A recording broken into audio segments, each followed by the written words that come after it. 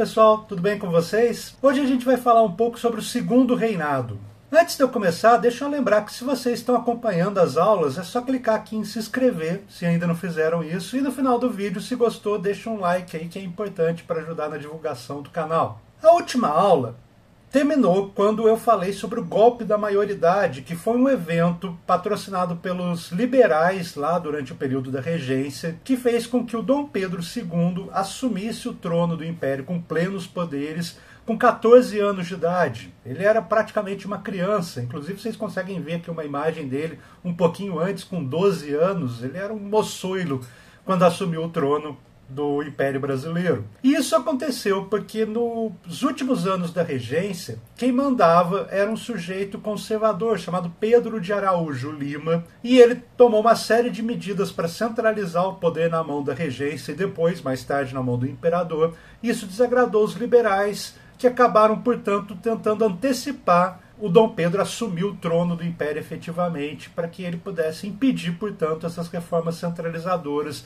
que estavam sendo empreendidas pelo Pedro de Araújo Lima. Então é curioso que, no final das contas, quem antecipou a ascensão do Dom Pedro II ao trono foram os liberais, que supostamente eram contra a centralização do poder na mão do imperador, e para isso eles, portanto, fazem com que o imperador chegue ao trono mais cedo, ainda como uma criança. Eu também comentei na última aula que quando a regência começou, tinham grandes problemas a ser resolvidos no Brasil. Basicamente três aí dos principais problemas, que era a construção de uma identidade nacional que servisse para evitar, por exemplo, as revoltas provinciais, a questão da economia do Brasil, que estava bastante prejudicada por causa das dívidas, inclusive dívidas de guerra, e a questão da organização política, que acabasse evitando, portanto, essas disputas entre liberais e conservadores, os movimentos separatistas, os movimentos de contestação do poder imperial. Então eram essas três coisas que precisavam ser resolvidas: identidade nacional, economia e organização política. E eu falei para vocês que durante a regência do Pedro de Araújo Lima se começou a resolver a questão da identidade nacional, com a criação lá do IHGB, com a criação do Colégio Pedro II. Tudo isso eu falei lá na última aula. Se inclusive vocês não lembram mais, é só clicar aqui em cima vocês conseguem ter acesso a ela. Mas ficou faltando, portanto, falar da questão política e da questão econômica, que se resolvem no início do segundo reinado. Se resolvem não, mas pelo menos já tem um adianto grande, na verdade, da questão econômica. A questão econômica do Brasil nunca se resolveu até hoje, para falar a verdade. Mas ali no começo do segundo reinado tem alguma solução momentânea para essa crise econômica que o Brasil herdou lá do primeiro reinado. Então vamos falar desse segundo reinado e o que aconteceu durante esses quase 50 anos aí em que o Dom Pedro II foi imperador do Brasil.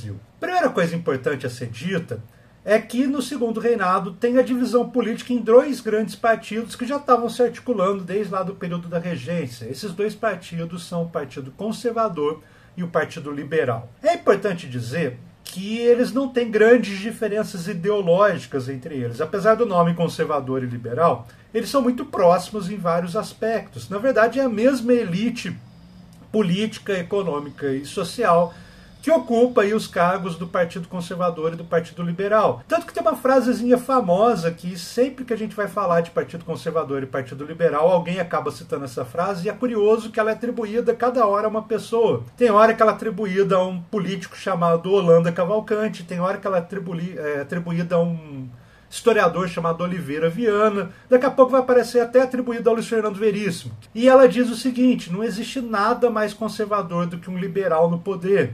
Essa frase é bem famosa para designar lá a política do período imperial. Isso mostra que os partidos não tinham grandes diferenças ideológicas assim. Até porque, na verdade, o que organizava a estrutura partidária não eram diferenças ideológicas, mas sim a estar no poder.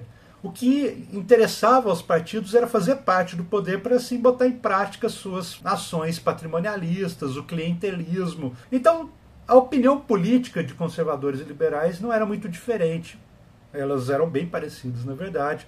E o que interessava era sempre estar no poder. Era sempre fazer parte do governo. Isso não significa que os partidos eram exatamente iguais também. Eu falei que as diferenças não eram tão grandes, mas existiam algumas diferenças. Por exemplo, os conservadores eram formados, em sua maioria, por grandes proprietários rurais, latifundiários, portanto, grandes proprietários de escravos, pessoal lá relacionado à cana-de-açúcar do Nordeste, o pessoal relacionado ao café no Centro-Sul. Então esses grandes latifundiários são a maioria do pessoal do Partido Conservador. O Partido Liberal, por sua vez, era formado por profissionais liberais, magistrados, juízes, grandes comerciantes.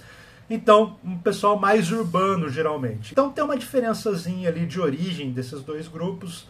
Um pessoal mais da elite rural no Partido Conservador e o pessoal da elite urbana no Partido Liberal. Mas no final das contas eles acabam tomando várias atitudes que são próximas umas das outras. A gente vai ver, por exemplo, que o pessoal que toma as grandes decisões relacionadas ao fim da escravidão, que faz as leis que começam a encaminhar o fim da escravidão, são do Partido Conservador, por exemplo, algo que seria teoricamente impensado se esses partidos tivessem uma base ideológica forte. Mas a grande divergência entre eles, no geral, é a questão da centralização do poder ou do federalismo, que eu tenho falado para vocês desde a última aula. O Partido Conservador quer centralizar a maioria do poder na mão do rei, inclusive, do imperador, e o federalismo quer dar mais autonomia para as províncias, que elas possam decidir sobre orçamento, sobre funcionários públicos, que elas possam, portanto, ter uma autonomia realmente significativa em relação ao poder central do império. Essa é a principal divergência entre os dois partidos. E a partir de 1870, começa a ter divergência em relação à escravidão, ao desmonte da escravidão no Brasil. Em via de regra, o Partido Liberal é mais propenso a acabar com a escravidão, mas como eu já adiantei, a gente vai ver que várias das leis foram tomadas por gabinetes conservadores, que torna todo esse processo bastante bizarro. No final das contas faz sentido, portanto, aquela frase do Holanda Cavalcante, ou do Oliveira Viana, ou do Luiz Fernando Veríssimo, ou da Clarice Lispector, já esqueci quem é que foi que diz essa frase. Nada mais conservador do que um liberal no poder.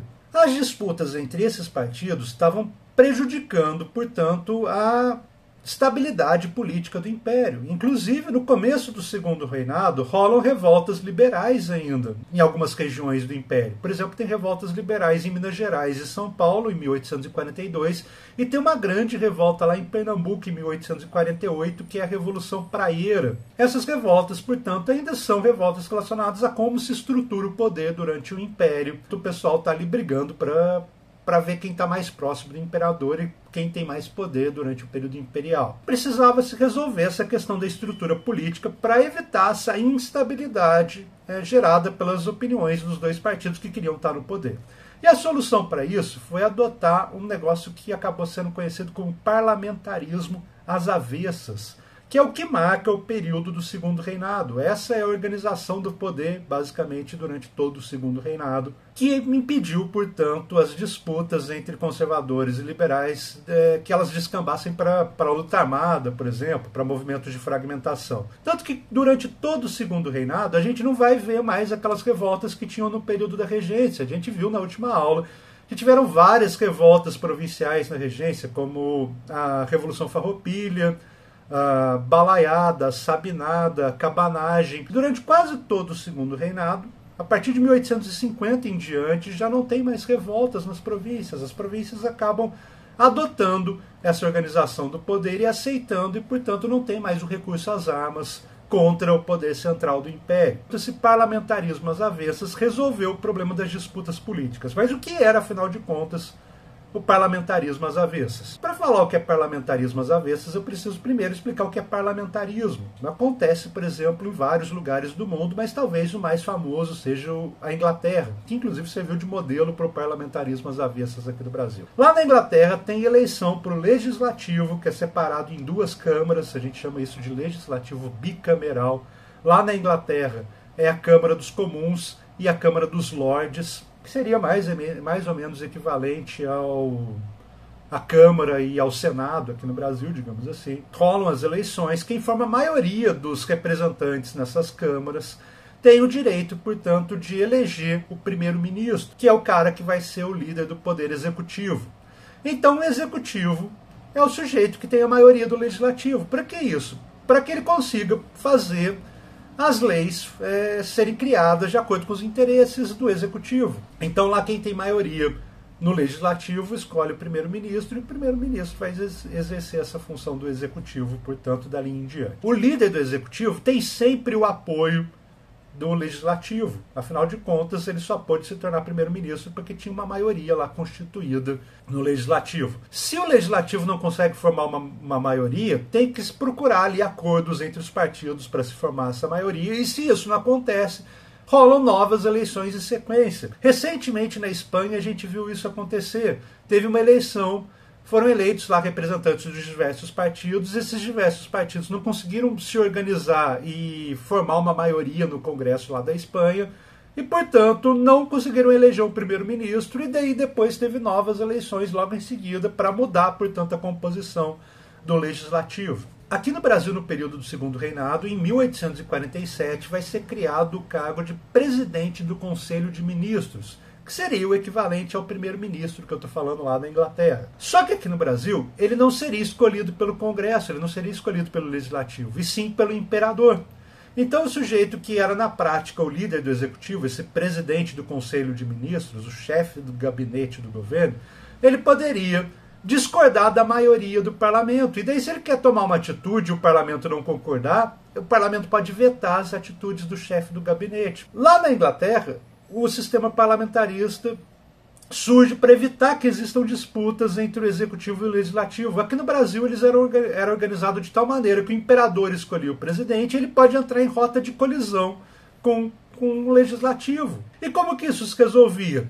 Se essas brigas entre o chefe de gabinete, o presidente do Conselho de Ministros e o legislativo ficasse muito intensa, o Dom Pedro II, que detinha o poder moderador desde lá da Constituição de 1824, que eu falei para vocês algumas aulas atrás. Também, se não lembra, é só clicar aqui em cima que vocês conseguem ter acesso à aula que fala lá da Constituição de 1824. Então, Dom Pedro, que tinha esse poder moderador, ele dissolvia o Congresso e chamava novas eleições, dissolvia a Câmara e convocava lá todo mundo para se votar de novo. Ou seja, é o parlamentarismo, só que ao contrário. No parlamentarismo, se tem um problema ali entre o legislativo e o primeiro-ministro, tira o primeiro-ministro e escolhe-se outro. Aqui não. Aqui, se o primeiro-ministro tinha uma treta com o legislativo, dissolve o legislativo inteiro e faz novas eleições. Daí vem a pergunta, tá, professor, mas daí pode ser eleita a galera que é contra o presidente do Conselho dos Ministros. Não pode? Teoricamente podia, só que quem organiza as eleições é quem está no poder. E das eleições eram feitas de maneira fraudulenta e assim se garantia que quem fosse eleito para a nova Câmara fosse favorável àquele chefe do gabinete, aquele presidente do Conselho de Ministros. Daí se resolvia o problema ali da disputa entre o legislativo e chefe do gabinete. Por isso, parlamentarismo às avessas. A lógica do poder é o contrário do que acontece lá no parlamentarismo inglês. E o imperador vai usar isso para ficar alternando o poder. Olha, ele escolhe um conservador, olha, ele escolhe um liberal. E, na verdade, esse esquema, que parece bastante confuso e parece bastante instável, afinal de contas ele ficava mudando o tempo todo quem era o presidente do Conselho de Ministros. Foram 36 gabinetes durante todo o Segundo Reinado, que dá uma média de um gabinete a cada 1 ano e 3 meses. E daí ele mudava lá o presidente do Conselho de Ministros. Essa coisa que parece bastante instável, na verdade garantiu uma estabilidade política de longo prazo. Por quê? Porque conservadores e liberais sabiam que eles não estavam no poder agora, mas daqui a 2 anos eles iam estar. E porque tinha esse revezamento entre conservadores e liberais nos gabinetes. Ninguém mais precisava recorrer a pegar em armas, como tinha sido lá no período da regência, porque sabia que mais cedo ou mais tarde ia estar no poder de novo. Então, embora isso pareça bastante caótico, bastante instável, porque ficam se alternando gabinetes, isso garantiu a longevidade política ali do Império. Então eu tinha falado para vocês dos 3 problemas, na última aula já estava começando a se resolver o problema da identidade nacional e agora também se começou a resolver o problema da estabilidade política com parlamentarismo às avessas. Falta resolver o problema econômico. E isso vai ser feito com o avanço do cultivo do café no Brasil. O século XIX vai ser marcado pela expansão do cultivo do café.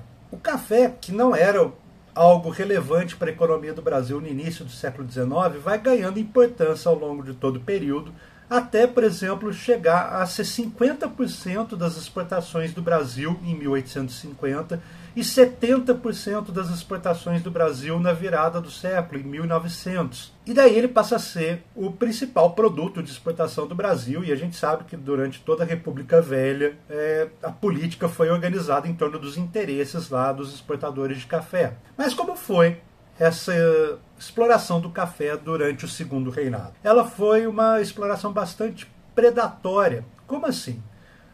A plantação do café, ela demora um tempo para começar a dar lucro, até porque para o café crescer e passar a dar frutos, e daí a gente poder exportar esse café, demora mais ou menos uns 4, 5 anos. Então, quem tem recursos para investir na produção do café já eram pessoas endinheiradas. Da onde vinham essas pessoas endinheiradas que tinham dinheiro, portanto, para investir na plantação do café? É super interessante esse aspecto, porque essas pessoas vinham do comércio lá na virada do século XVIII para o século XIX.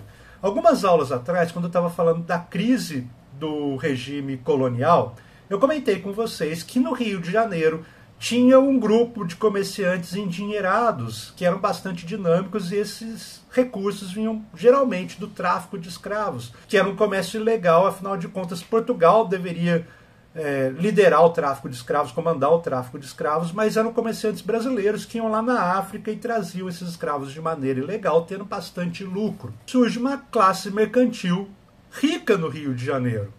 E esse pessoal, portanto, tem um acúmulo de capitais, tem dinheiro ali para investir em alguma coisa, e quando acaba o período colonial, quando o Brasil pode ter liberdade industrial, lá com o Dom João VI, quando ele chega no Brasil e permite ter manufaturas do Brasil, permite que o Brasil venda para quem ele quiser com a abertura dos portos e não só para Portugal, como era no período colonial, essa classe endinheirada tem condições, portanto, de investir numa manufatura, investir numa proto-industrialização do Brasil. E não faz isso. Não faz porque o status social era o status do proprietário de escravos, do proprietário de terras.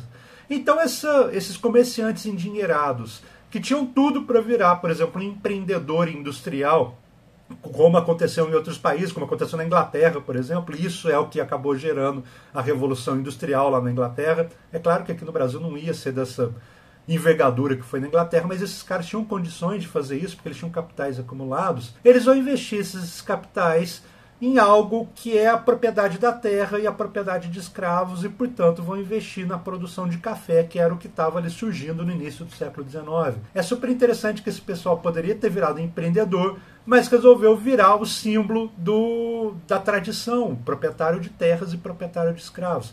A gente chama esse processo de, tem um nome curioso, que é o arcaísmo como projeto. Eles não querem se tornar empreendedores, eles não querem fazer parte, digamos assim, do futuro.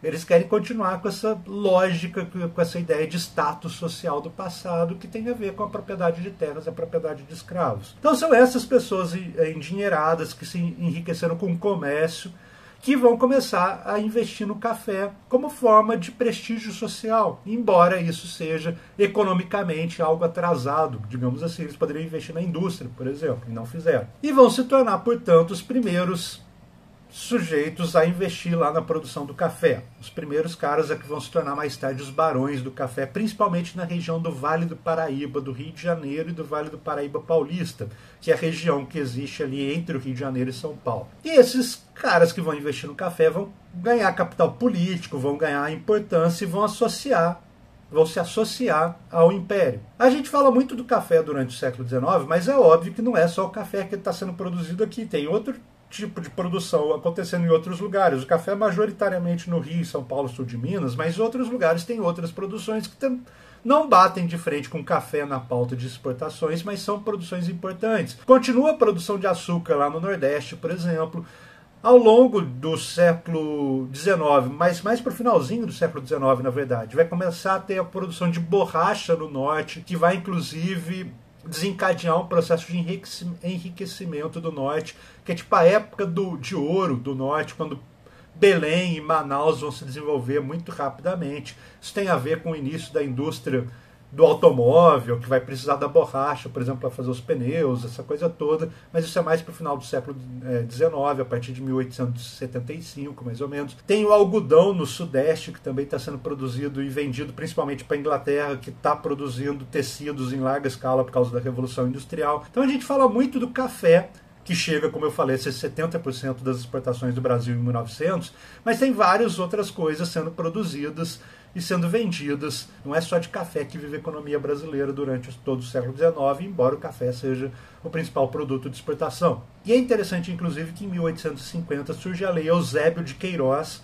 que é a lei que proíbe o tráfico de escravos. Finalmente, essa lei vai começar a ser aplicada, de fato, implementada pelo governo, e, portanto, vão deixar de entrar escravos no Brasil. E essa lei vai fazer com que o pessoal que investia dinheiro comprando escravos vindos da África tenha agora esse dinheiro para investir em outra coisa, tenha recursos para investir em outras áreas da economia. É curioso que exatamente a partir de 1850 comece um surto de industrialização no Brasil, que não é também um surto assim, nossa, olha que industrialização que está rolando no Brasil, mas pelo menos o Brasil começa a ter umas industriazinhas. O principal nome desse movimento é um sujeito chamado Irineu Evangelista de Souza, conhecido popularmente como Barão de Mauá, que é o primeiro cara aí que vai começar a investir na indústria do Brasil. Ele vai investir em indústrias relacionadas à construção naval, ele vai construir a primeira linha de telégrafos unindo o Brasil à Europa. E isso acontece basicamente por causa desses recursos que começaram a sobrar com o fim do tráfico de escravos a partir de 1850 com a Lei Eusébio de Queiroz. Sobre as leis que vão dar fim à escravidão, eu vou falar mais para o final da aula, eu vou falar só sobre o fim da escravidão. Mas o importante é que rola, portanto, um surto de industrialização no Brasil com esses recursos que foram liberados pelo fim do tráfico de escravos. Ajuda também que um pouquinho antes da Lei Eusébio de Queiroz de 1850, teve a tarifa Alves Branco, que foi outra lei importante do período imperial. Ela é de 1844. As taxas de importação dos produtos estrangeiros ainda eram aquelas praticadas desde os acordos do Dom João VI com a Inglaterra, lá em 1810, aquele Tratado de Navegação e Comércio de 1810, que estabeleceu que os produtos ingleses pagariam 15% para entrar no Brasil, os produtos portugueses pagariam 16% e as demais nações 24%. Ou seja, os produtos ingleses tinham preferência para entrar no mercado brasileiro. Ainda se praticava aquela taxa de 15%. Isso era prejudicial ao surgimento de uma indústria no Brasil, porque todo mundo ia preferir comprar o produto inglês, que era barato, entrava no Brasil pagando pouco imposto e era um produto barato e de qualidade. Isso não incentivava o surgimento da indústria nacional. Até 1844, quando isso é revisto com a tarifa Alves Branco, que estabeleceu que produtos que vão entrar no Brasil tenham de 30% a 60% de taxa de importação. Se o produto não tem um similar sendo produzido no Brasil, ele vai pagar só 30% de taxa de importação. Se ele tem um similar produzido aqui no Brasil, ele vai pagar 60% de taxa.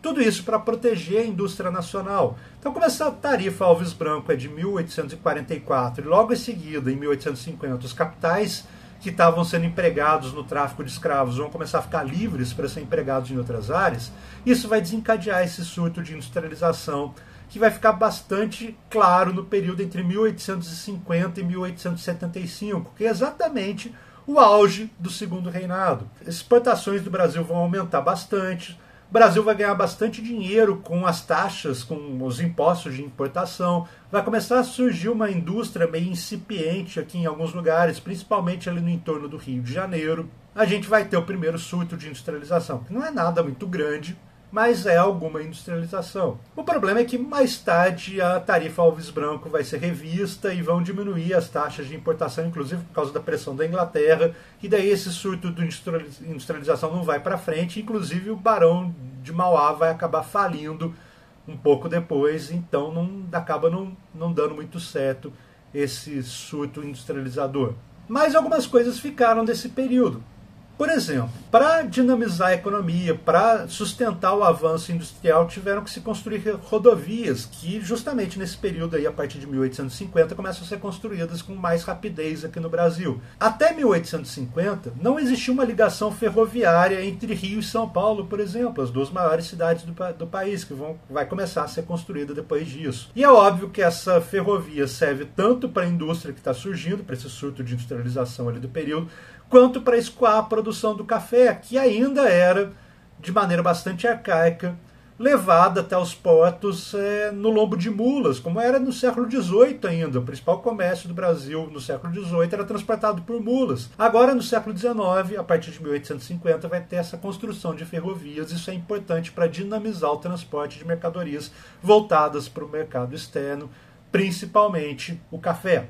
E daí essas ferrovias vão se espalhar até lá a virada para o século XX, para o interior de São Paulo, para o oeste paulista, para as áreas em que o café está se expandindo. Eu comentei mais cedo nessa aula que a produção do café era feita de maneira bastante predatória e bastante arcaica, e não complementei isso. É porque se explorava sistematicamente a terra, demorava uns anos para o café começar a produzir, e o café esgotava muito rápido o terreno onde o café era produzido. Em questão de 20 anos, aquela terra já não era mais adequada para a plantação de café. Isso quer dizer que, no período então de 20 anos, eu demorava uns 5 para começar a ter resultado com café, 15 de produção, e dali em diante a produção começava a declinar e eu tinha que procurar novas áreas. A região do Vale do Paraíba é uma região muito limitada geograficamente para essa expansão, porque ela fica entre duas serras, a Serra do Mar e a Serra da Mantiqueira, e não tinha espaço para transportar a produção toda de café para outra região quando a terra se esgotasse. Isso vai acontecer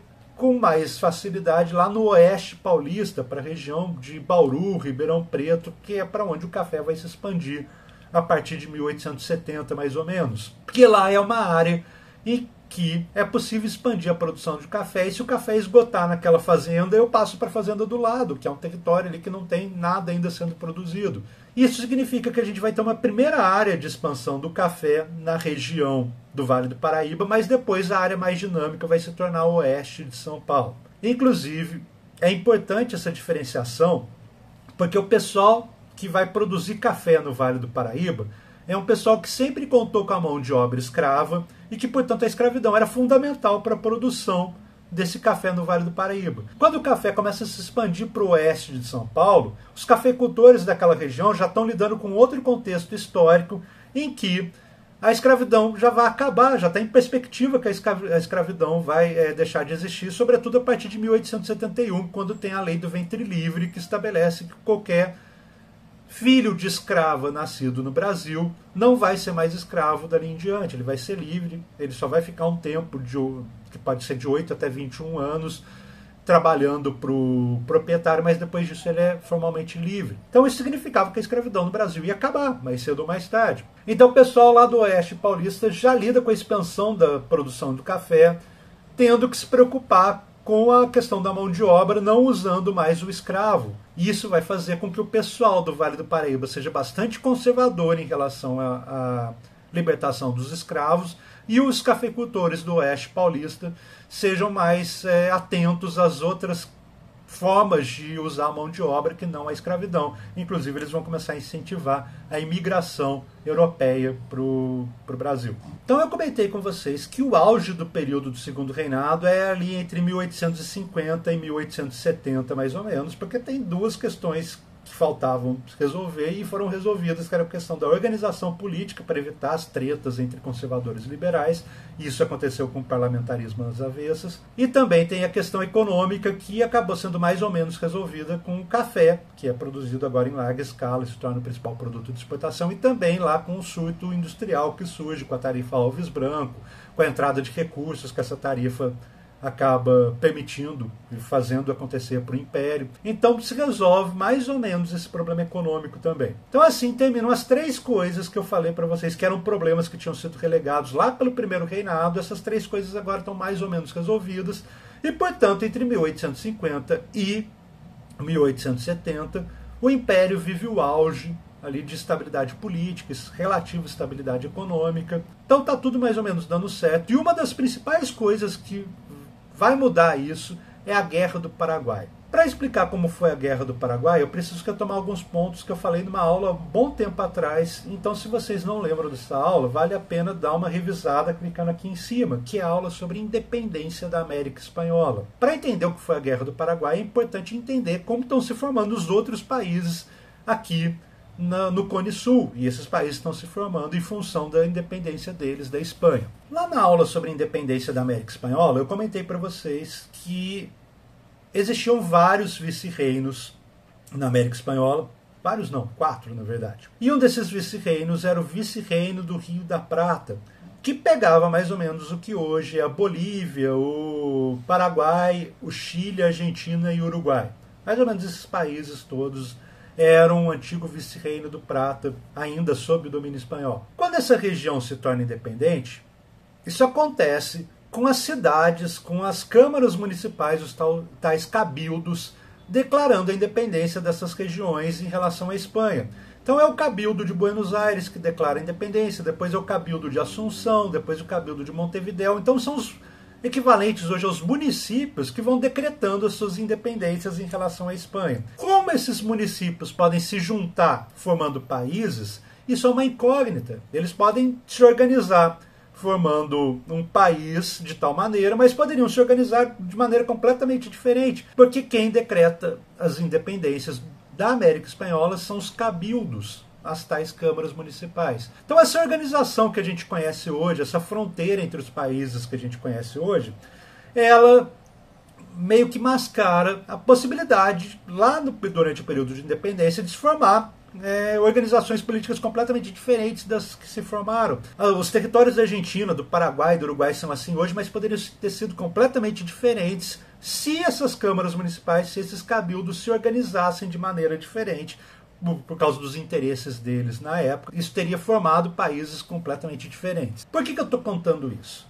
Porque quando rola a independência, portanto, da região do vice-reinado do Prata, Buenos Aires, que é a cidadezinha que fica ali exatamente na boca do Rio da Prata e, portanto, era o principal porto comercial do vice-reino da Prata, quer juntar toda aquela região sob o controle de Buenos Aires, quer que todo o vice-reino do Prata seja, portanto, submetido aos interesses de Buenos Aires. E daí tem várias regiões do antigo vice-reino da Prata que não concordam com isso. Por exemplo, o pessoal lá de Assunção pensa o seguinte: a gente não quer se submeter a Buenos Aires. Tem uma guerrinha entre essas diversas regiões do antigo vice-reino da Prata para ver como elas vão se organizar, a quem elas vão se submeter. Porque, por exemplo, o pessoal de Assunção não quer se submeter a Buenos Aires, mas o pessoal de Buenos Aires quer que Assunção se submeta. E rola uma guerra civil entre os países, entre as regiões do antigo vice-reino do Prata.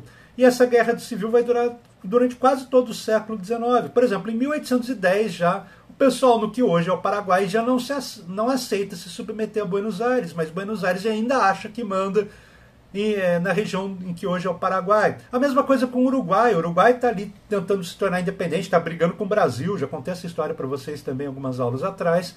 Mas também tem o perigo do pessoal de Buenos Aires querer incorporar o Uruguai ao que hoje é a Argentina. Então as fronteiras estão todas em disputa. Isso é importante entender quando se fala da Guerra do Paraguai. Além dessa questão toda de que está tudo em aberto lá por volta de 1860, quem vai fazer parte de qual país, quais vão ser as fronteiras, está todo mundo meio brigando por causa dessa guerra civil do antigo vice-reino do Prata, tem a questão da navegação na bacia do Rio da Prata.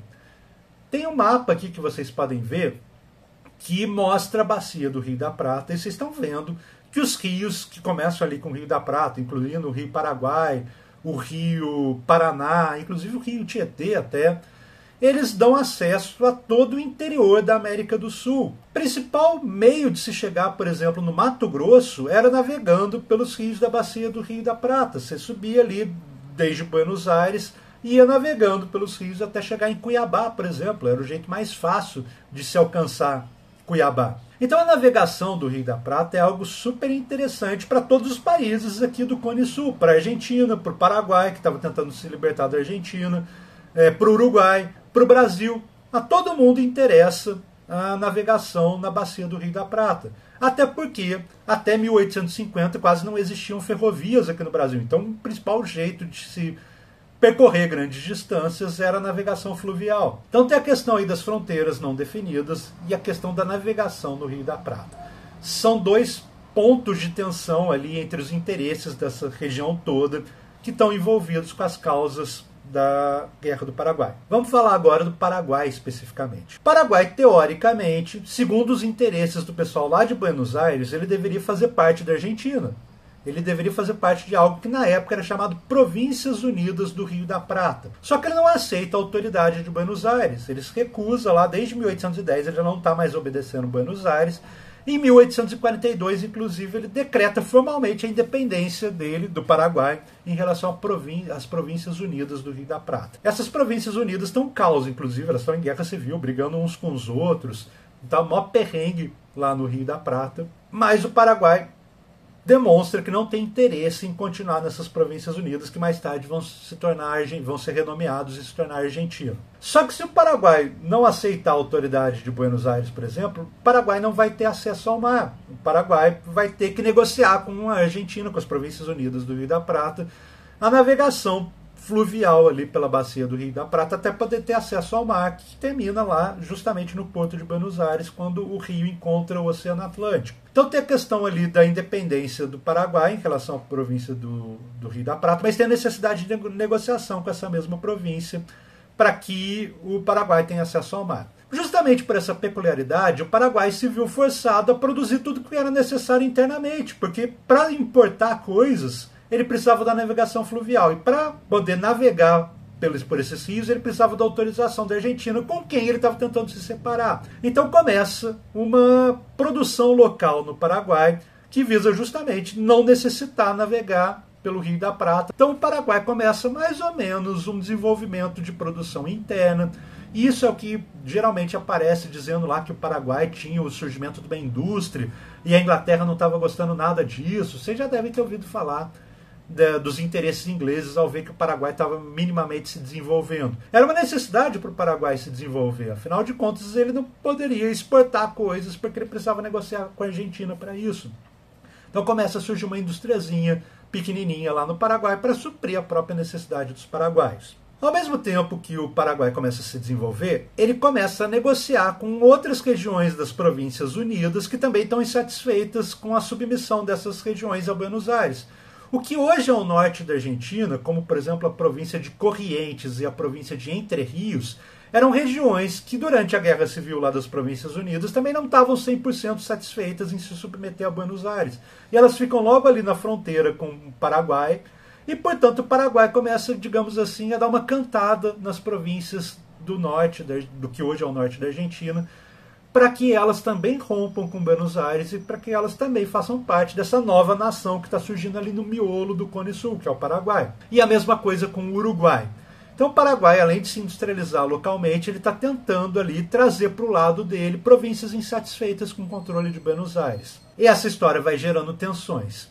Quando o Paraguai começa a negociar, inclusive com o Uruguai, aí entra o interesse do Brasil na história. O Brasil não quer deixar o Uruguai se tornar parte do Paraguai, inclusive porque o próprio Brasil continua tendo interesse em ocupar o Uruguai. O Brasil sempre quis fazer o Uruguai se tornar de novo a província cisplatina que tinha se tornado independente lá em 1828. Então estão vendo como os interesses dessas nações que estão em jogo ali na Guerra do Paraguai tem tudo a ver com as definições das fronteiras, que naquela época não estavam nem um pouco definidas. O Paraguai queria trazer para ele uma região grande ali que envolvia as províncias do norte da Argentina e Uruguai, e assim ele teria acesso ao mar, por exemplo. Se isso tivesse dado certo, o Paraguai incorporaria o que hoje é o norte da Argentina até o Uruguai e teria o seu próprio porto, seria um país, tudo isso seria o Paraguai, por exemplo. Então ali, esse conjunto de interesses que é meio confuso, porque as fronteiras ainda são fluidas, está rolando guerra civil, o pessoal não quer se submeter ao controle de Buenos Aires, o Paraguai quer trazer para o lado dele regiões que estão insatisfeitas com Buenos Aires, tudo isso está em jogo, mas o Paraguai acaba, portanto, ofendendo os interesses de Buenos Aires e ofendendo os interesses do Brasil ao tentar trazer as províncias do norte da Argentina e do Uruguai para o lado paraguaio. Essas tensões vão fazendo que Brasil e Argentina rompam diplomaticamente com o Paraguai, e o Paraguai começa a desconfiar que o Brasil e a Argentina estão se juntando para guerrear contra o Paraguai. Até que o Paraguai decide que se vai ter guerra, então é ele que vai atacar primeiro. E o Paraguai, em 1864, ataca um navio brasileiro que estava navegando pela bacia do Rio da Prata e passando pelo que hoje é o Paraguai, que era o navio Marquês de Olinda, e acaba tomando o navio Marquês de Olinda do Brasil. E logo em seguida invade o Mato Grosso. E tem início, portanto, a Guerra do Paraguai, que começou por causa dessas disputas aí por territórios, disputas por fronteiras e disputas pela navegação na bacia do Rio da Prata. Há um tempo atrás se dizia que tinha a ver com a industrialização do Paraguai, que da Inglaterra viu essa industrialização e não queria que isso acontecesse, porque se o Paraguai se industrializasse, ele deixaria de comprar produtos ingleses e poderia até começar a vender para as outras nações aqui da América do Sul. Mas essa explicação hoje não se sustenta mais, inclusive porque o Brasil não tinha relações com a Inglaterra durante um breve período, que é exatamente o período em que começa a Guerra do Paraguai. Por causa de uma questão chamada Questão Christie, que era uma disputa diplomática do Brasil com a Inglaterra, o Brasil rompeu relações com a Inglaterra e, portanto, a Inglaterra não poderia influenciar o Brasil a entrar em guerra, porque eles estavam até com relações rompidas no momento em que a Guerra do Paraguai começou. Então, essas tensões envolvendo a navegação fluvial e a definição das fronteiras é o que hoje a gente usa para explicar a origem da guerra. O importante é que em 1864 começa a Guerra do Paraguai, ela vai durar até 1870, e vão, no final das contas, se juntar Brasil, Argentina e Uruguai para combater o Paraguai. O Paraguai até conseguiu resistir durante um bom tempo, até mais ou menos 1868, o Paraguai consegue resistir a lutar com 3 países juntos, mas no final das contas, a Tríplice Aliança, que é a união do Brasil, do Uruguai e da Argentina, consegue vencer o Paraguai na guerra, e o resultado disso é que o Paraguai foi arrasado por essas 3 nações. O Paraguai tinha uma população de mais ou menos 400 mil pessoas e estima-se que entre 200 e 250 mil morreram na Guerra do Paraguai. A população adulta masculina foi praticamente dizimada no Paraguai. Logo depois da guerra, a população paraguaia se resumia basicamente a mulheres, idosos e crianças, porque a população masculina tinha morrido na guerra. E existem vários relatos de atrocidades cometidas pelo exército brasileiro durante a Guerra do Paraguai, com massacres de cidadezinhas e tudo mais, sob o comando do Duque de Caxias, e depois, quando o Duque de Caxias deixou o comando da guerra, sob o comando do marido da princesa Isabel, um sujeito chamado Conde de, que acaba assumindo o controle do exército brasileiro na Guerra do Paraguai. Então existem diversas atrocidades cometidas pelos militares brasileiros na guerra. É curioso que a guerra contra o Paraguai acabou ensejando uma série de produções iconográficas que também foram usadas para a construção da identidade nacional, que eu estava falando para vocês na última aula. Essa história de pintar quadros com motivos históricos que valorizem a emoção, a comoção, a ideia de que ser brasileiro é algo que une todos nós, e, portanto, essa produção iconográfica relacionada à guerra também foi útil para solidificar esses laços da identidade nacional. Eu separei 2 quadros aqui para mostrar para vocês que são bastante interessantes, que é, por exemplo, esse quadro aqui da Batalha do Riachuelo, que é uma batalha naval importante acontecida lá nos rios da bacia do Rio da Prata, vencida pelo Brasil. É um quadro bastante famoso. E também tem esse outro quadro aqui, que é o quadro da Batalha do Havaí, que é uma importante batalha da Guerra do Paraguai. Esse quadro é um quadro gigantesco, eu acho ele super interessante. Ele tem 6 metros de altura por 11 metros de comprimento. E ele está no Museu Nacional de Belas Artes hoje. Ele ocupa uma parede enorme do museu. E é super interessante que o cara que pintou esse quadro, Pedro Américo, ele se retratou exatamente no ponto central do quadro. Aqui vocês conseguem ver ele. É um autorretrato dele. Ele está com cap de número 33, dá para reconhecer ele ali.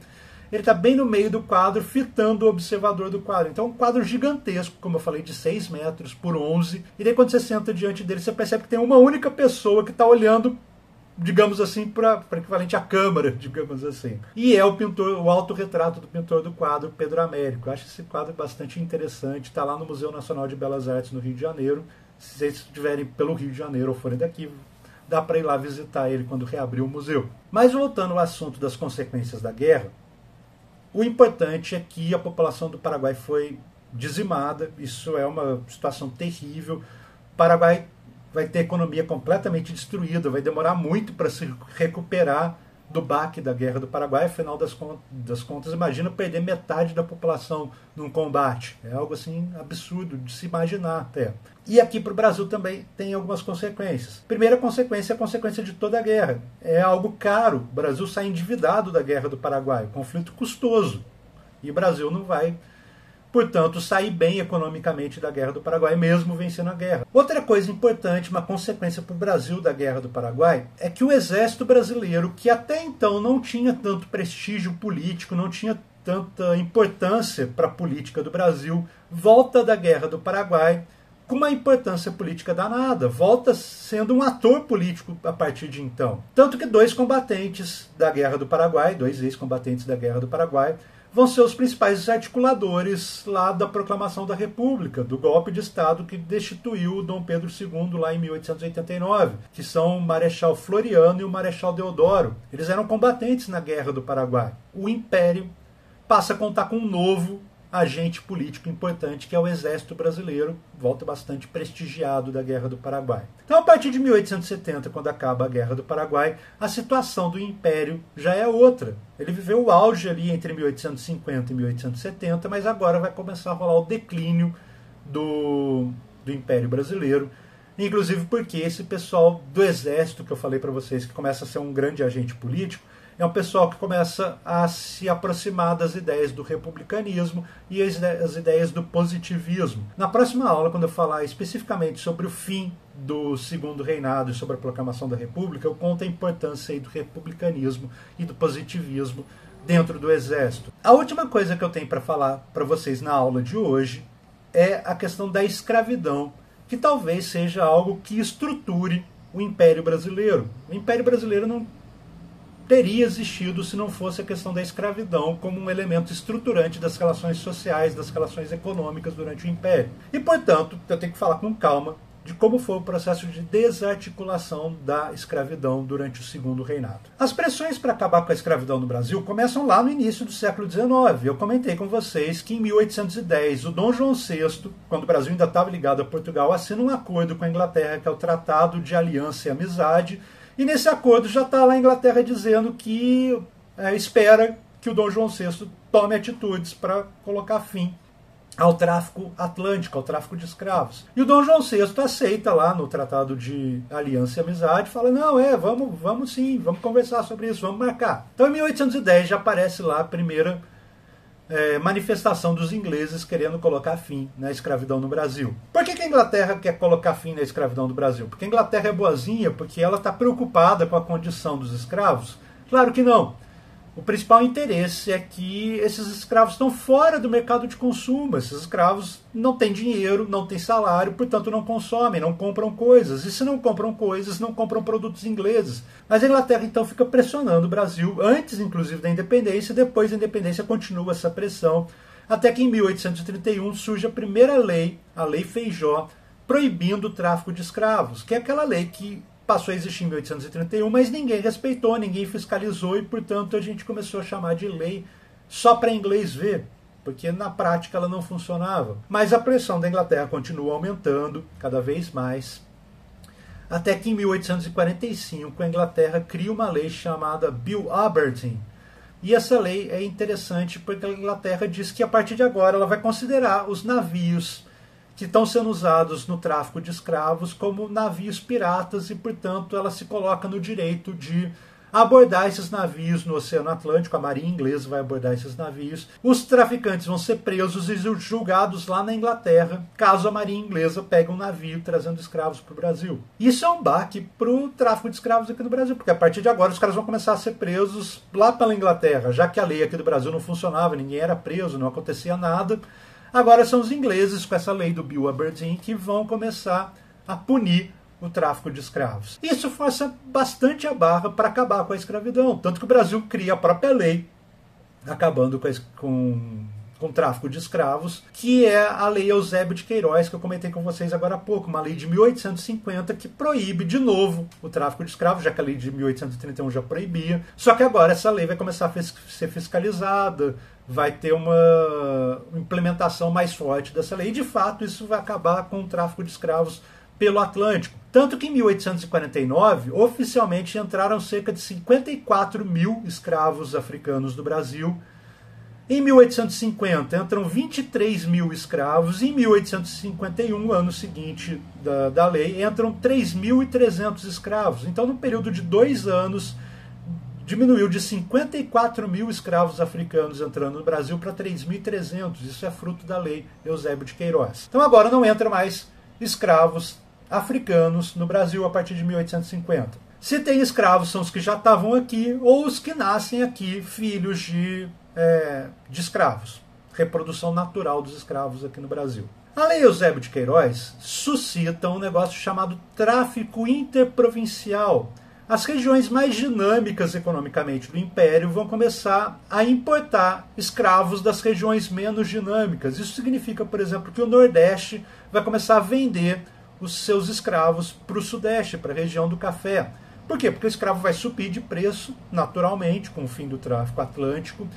E daí, então, o pessoal do Oeste Paulista, o pessoal do Vale do Paraíba, vai começar a comprar escravos de outras regiões, principalmente do Nordeste e do sul, do extremo sul do Brasil. Mas tem uma coisa aí que intrigava os grandes proprietários de escravos, que eram os políticos que sustentavam o Império. Vai acabar com a escravidão. Quem vai trabalhar quando a gente acabar com a escravidão? Porque para essa elite política era claro que os escravos só trabalhavam porque eles eram forçados a isso. Existia uma percepção extremamente racista na época, que o escravo, se não fosse forçado ao trabalho, ele não trabalharia porque era da índole dele ser preguiçoso. Que infelizmente ainda existe até hoje esse pensamento bastante racista, que é o que a gente chama de racismo estrutural. Mas então precisava resolver o problema da mão de obra.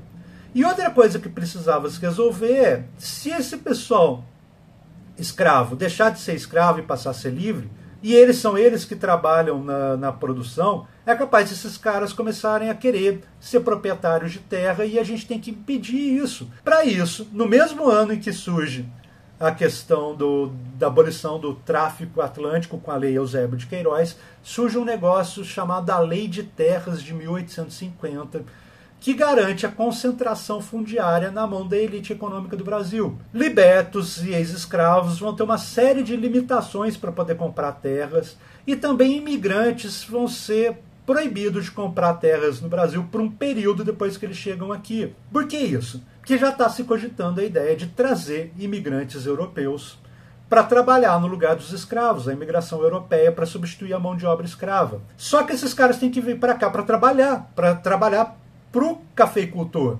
E se eles chegarem aqui e resolverem comprar terras e virar colonos e virar produtores, isso é um problema, porque eles vieram para substituir os escravos. Então também a Lei de Terras limita a compra de terras por libertos, ex-escravos, homens livres, pobres, mas também, ao mesmo tempo, para os imigrantes que vão começar a chegar aqui para substituir a mão de obra escrava. A ideia é concentrar a propriedade fundiária na mão de meia dúzia de pessoas, e, portanto, a Lei de Terra é uma lei claramente para atender os objetivos dessa elite proprietária. É claramente uma lei que manifesta a concentração fundiária no Brasil. É curioso que em outros lugares do mundo está se fazendo reforma agrária, se debatendo reforma agrária. Por exemplo, lá na Revolução Francesa se fez a reforma agrária na França. Os Estados Unidos está dando pequenas propriedades para quem está disposto a emigrar para os Estados Unidos e participar da marcha para o oeste, que vai expandindo a fronteira dos Estados Unidos até chegar lá na costa do Pacífico. E aqui no Brasil a gente está criando lei de concentração fundiária, que é a Lei de Terras de 1850. É algo muito bizarro. O que está em jogo ali é: vamos começar a pensar o que vai substituir a escravidão e vamos inventar mecanismos para que esses caras que vão vir aqui para o Brasil, no caso os imigrantes e também os ex-escravos, não comprem terras. Continua-se a questão da escravidão, que ela precisava acabar, que ela era um mecanismo retrógrado, que a situação do Brasil era feia no cenário internacional, porque era um dos poucos países que continuavam ainda com a escravidão. Isso vai ficar particularmente forte quando os Estados Unidos acabam abolindo a escravidão lá na década de 1860. E daí o Brasil se torna o último país a manter a escravidão. Até que essa pressão toda faz com que surja a lei do ventre livre em 1871. Essa lei, na verdade, ela significava o fim da escravidão em algum prazo. Por quê? A lei do ventre livre dizia que quem nascesse agora no Brasil filho de escrava não era mais escravo, era livre, já nascia livre. Então isso significa o fim da escravidão. Não agora, mas no futuro próximo. Por quê? Porque não pode mais trazer escravos da África desde 1850 com a Lei Eusébio de Queiroz, e quem nasce aqui no Brasil filho de escravo também já não é mais escravo. Em algum momento, quando as pessoas que são escravizadas naquele momento morressem, aquilo significaria o fim natural, entre várias aspas, da escravidão no Brasil. Então a Lei do Ventre Livre, em 1871, significava o fim da escravidão, mas não agora, mas um pouquinho lá adiante. E é interessante que ela dizia o seguinte: Como a criança que nasce filho de uma escrava, a escrava continua escrava. Ela nasceu antes da lei do ventre livre. É só quem nascesse dali em diante. E ele precisa ficar com a mãe durante um tempo. Ele vai ficar com a mãe e a mãe mora do lugar lá em que alguém é proprietário. Então, no final das contas, a lei dizia que o proprietário ia ter que arcar com a criação daquela criança até os 8 anos, alimentar, dar roupa e tudo mais. Afinal de contas, a mãe dele era escrava. E que, portanto, esse sujeito, embora nascesse livre, ele teria que trabalhar dos 8 até os 21 anos para o senhor, para indenizar os custos que o senhor teve lá para bancar a criança do 0 a 8 anos. O sujeito é livre até a página 2, na verdade, é livre pelo não mútuo. E daí ele tem que trabalhar até os 21, ou então com 8 anos indenizar o proprietário, coisa que ele não vai ter dinheiro para fazer com 8 anos de idade, nem a mãe dele, que era escrava, certo? Sobre essa questão da indenização, tem um caso super interessante que eu sempre gosto de contar, que é o caso do Machado de Assis. Machado de Assis, o escritor. Ele era um burocrata, um funcionário público que trabalhava no Ministério da Agricultura, lá nas décadas de 70, 80, 90, enfim, trabalhou sempre no Ministério da Agricultura. E daí era lá no Ministério da Agricultura que chegavam notificações judiciais dizendo que aquele sujeito que era filho de escravo, que tinha nascido livre, que ele não queria indenizar o proprietário e queria ir embora lá com 15 anos, 16 anos, que ele não ia pagar indenização nenhuma e que por isso começava uma questão judicial ali, envolvendo a indenização ao proprietário de escravos ou não. E vira e mexe chegavam essas questões judiciais lá para o Machado de Assis, que trabalhava no Ministério da Agricultura, e o Machado de Assis tinha que dar um parecer favorável ou ao proprietário ou ao sujeito que estava se recusando a pagar a indenização, o liberto, o livre, na verdade, porque ele já nasceu livre, né? Filho de escravo. E o Machado de Assis, que vocês sabem, era negro, embora recentemente tenham tentado embranquecer o Machado de Assis, mas o maior escritor da língua portuguesa, não sei se é o maior escritor da língua portuguesa, mas muito provavelmente eu acho que é, sim. Mas pelo menos da literatura brasileira ele era negro. E daí ele lá no parecer dele dizia o seguinte: não tem que indenizar nada, não. O espírito da lei de 1871 é para acabar com a escravidão. Então eu não posso tomar uma decisão favorável ao proprietário de escravos que vai lidar com esse sujeito como se ele fosse um escravizado. Então meu parecer é favorável, não tem indenização nenhuma e dane-se que fique sem indenização ao proprietário. Então Machado de Assis atuava na atividade burocrática dele, sempre dando parecer favorável ao sujeito que não queria pagar a indenização, e é super interessante. A gente fala que o Machado de Assis não escreveu nos livros dele grandes questões relacionadas à escravidão, mas na prática de burocrata do Estado dele, ele era sempre favorável e tinha decisões que favoreciam o pessoal que estava querendo se ver livre. Durante a década de 1870, começa a se organizar no Brasil um movimento abolicionista. Está relacionado a outro mito aí interessante da história do Brasil. O mito em torno da princesa Isabel, que foi ela, por causa da benevolência dela, que acabou com a escravidão. Na verdade, tinha um movimento abolicionista muito forte no Brasil a partir de 1870, com vários nomes importantes, como José do Patrocínio, o Luiz Gama, André Rebouças, o próprio Machado de Assis, todos eles negros, lutando pelo fim da escravidão. Começaram a se formar clubes que juntavam dinheiro para comprar alforrias de escravos, jornais abolicionistas que divulgavam a causa por aí, que faziam festas para arrecadar recursos para comprar alforria, que incentivavam a fuga de escravos. A partir de 1870, o movimento abolicionista se torna tão forte que ele é capaz de pressionar o governo para acabar com a escravidão. Então essa ideia do fim da escravidão como algo que foi tipo benevolente, foi dado, ela é bastante falsa. Na verdade, ela foi conquistada pela luta do movimento abolicionista, que contava com vários nomes de lideranças de negros lutando pela abolição. Como eu falei, tem lá o José de Patrocínio, que era um jornalista negro, o André Rebouças, que inclusive vocês estão vendo a imagem dele aqui, que era um engenheiro negro.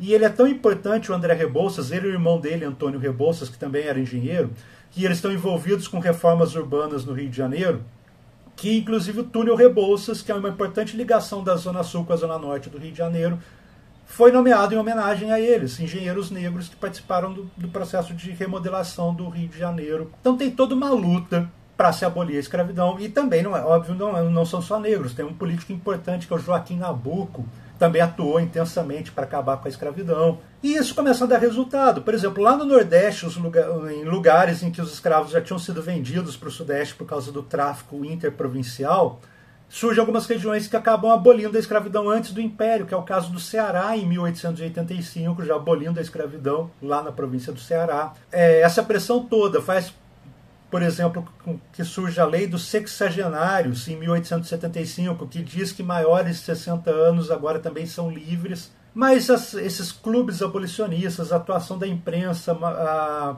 pressão popular, faz com que finalmente, em 1888, seja debatida e assinada a Lei Áurea, que acaba com a escravidão no Brasil. No dia 13 de maio de 1888 é promulgada a Lei Áurea, e daí está extinta a escravidão no Brasil. Inclusive tem um episódio curioso sobre a Lei Áurea, que pouco tempo depois, no dia 17, a lei é de 13 de maio, no dia 17 de maio de 1888 tem uma missa para celebrar o fim da escravidão, vocês conseguem ver essa imagem aqui. E nessa missa, uma missa campal com várias pessoas importantes, celebridades da época favoráveis ao fim da escravidão. A gente vê nessa foto, se a gente der o zoom, vocês estão vendo o zoom agora, ali em torno da princesa Isabel, que é quem está bem ali no meio, estão algumas figuras importantes do movimento abolicionista, como, por exemplo, o José do Patrocínio, que infelizmente está atrás ali de uma haste, de uma bandeira, não aparece a cara dele, mas era um jornalista abolicionista importante, ele está nessa foto. E um pouquinho mais atrás dele está o próprio Machado de Assis, também ali próximo da princesa Isabel, que é quem assinou a Lei Áurea. Mas a respeito da abolição, ela é um negócio bastante complicado, porque afinal de contas aboliu-se a escravidão, mas não teve nenhum tipo de indenização para os escravos. Eles estiveram restritos ao acesso à terra. Essa falta de indenização, a dificuldade para adquirir terras, acaba forçando o ex-escravo, agora liberto, para trabalhos um pouco marginais, para trabalhos como bico, para trabalhos urbanos não tão relevantes, inclusive porque a imigração europeia está sendo incentivada para trabalhar lá nas fazendas. O escravo está sendo substituído, o ex-escravo, agora liberto, está sendo substituído pela imigração europeia. Isso acaba empurrando, portanto, esses libertos para o trabalho que hoje a gente chamaria de trabalho informal, para a marginalidade. E isso é super interessante, que acaba reforçando aquele estereótipo do Segundo Reinado de que o negro, portanto, ele era preguiçoso e ele não iria trabalhar. Então a gente não dá condições para ele trabalhar, ele é forçado a ir para o mercado informal, o mercado da marginalidade. Isso reforça o estereótipo de que ele é vagabundo, porque agora ele está procurando um método violento para arrecadar dinheiro, tipo roubando, indo para a criminalidade. A Lei Áurea, que acabou com a escravidão, acabou forçando os libertos a ir para esse lado. Isso reforçava esse estereótipo aí do negro, que continua até hoje. Do tal, como eu falei mais cedo, do racismo estrutural sendo formado. A gente não dá condições para que ele trabalhe dignamente, e quando ele não trabalha dignamente, a gente fala, olha lá, ó, ele não trabalha dignamente. É um absurdo as condições com que a Lei Áurea foi instituída. Ela acabou sim com a escravidão, mas no final das contas ela acabou empurrando os libertos para esse mercado marginal, para esse mercado informal. E isso tem uma série de consequências, infelizmente, até hoje no Brasil. Mas eu vou terminar a aula de hoje por aqui, porque na próxima aula eu já começo a falar como que o fim da escravidão significou a perda do último apoio político que o Império ainda tinha, que era ali do pessoal relacionado aos barões do café, que ainda sustentavam politicamente o Império, e, portanto, o fim da escravidão significou a perda de todo apoio político do Império, e isso vai levar a proclamação da República exatamente no ano seguinte. Então é isso, pessoal. Se vocês gostaram dessa aula, não esqueçam de deixar um like, não esqueçam de se inscrever no canal, como eu falei, e a gente se vê semana que vem, já falando de República Velha. Então até mais, até semana que vem, um abraço.